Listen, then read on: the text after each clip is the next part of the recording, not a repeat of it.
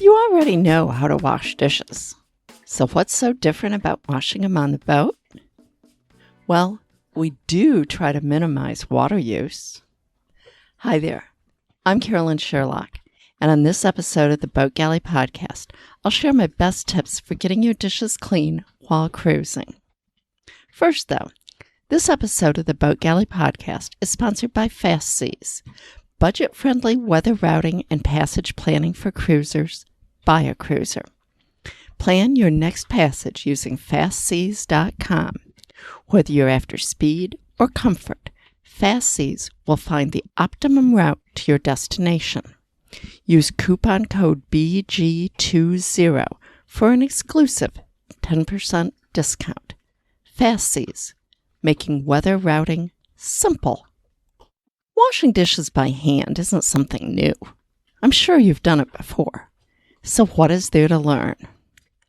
No, I'm not going to lead you step by step through how to wash dishes. But I did learn a few things while we cruised that don't necessarily make the job any more fun, but did help me make it not any worse or helped me save water. Let's talk about some things I wish I'd learned sooner. First is local dish soap. If you're outside the U.S., local dish soaps can work even better than more expensive imported U.S. brands. In Mexico, where we cruised, few homes had dishwashers, and hence there was a huge market for good dish soap. Watch what the local women are buying and try a bottle. Okay, the next thing, there's no disposer. Most boats don't have a garbage disposer.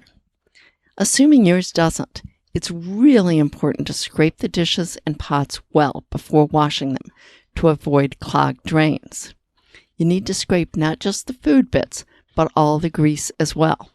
Now, I put the gunk into either old Ziploc bags that can't be reused or jars from the trash wherever I could, as bugs were likely to feast on the garbage that way. Okay, what about those crusty pans? Okay, 4 ways to get that burnt-on food or crusted-up stuff off without using a ton of water. Put some water in it and then drop in a few denture tablets. You can spray it with vinegar and let it sit 15 minutes or so. Sprinkle some baking soda in the pan and then fill it with boiling water above the stuck-on food. Or simply put that hot water onto a dish rag, lay it over the crusted area, and let it sit 15 minutes. You can scrub it with salt. Now, scrubbing with salt does still take some elbow grease, but it works pretty well. Oh yeah, and then there's what I learned about steel wool and Brillo. If you're in a saltwater environment, even if you're using fresh water for dishes, steel wool, Brillo pads, and the like just have no place on the boat. Not only will they quickly rust and disintegrate, they'll leave tiny particles on your pans that will cause little rough spots to form. Yeah, you can guess how I learned this. Use either plastic or stainless scrubby pads instead. Okay, now, instead of just discarding the water that pasta or veggies were cooked in, save it and pour it into your dirtiest pan with a little soap after you serve up. The pans will soak while you're eating, and cleanup will be a snap. Next item. If you start with the least soiled items, generally the glasses, wash those first and proceed to dirtier and dirtier. You'll use less water, as you probably won't have to change the water. But if you wash the greasy items before washing the glassware, you'll have to change the water, or else you'll leave a film on everything. Cold water will clean dishes. You really don't have to use hot water to get dishes clean, but it does make it easier to get the grease off. Cold water and scrubbing can do just as good of a job. And you don't need a sink full of water.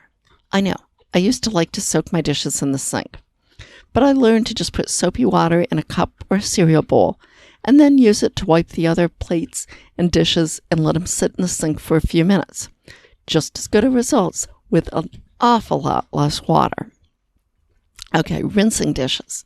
You may have heard other cruisers talk about using a spray bottle to rinse dishes in order to conserve water. It does use the least water, but a spray bottle takes forever and wears your hand out.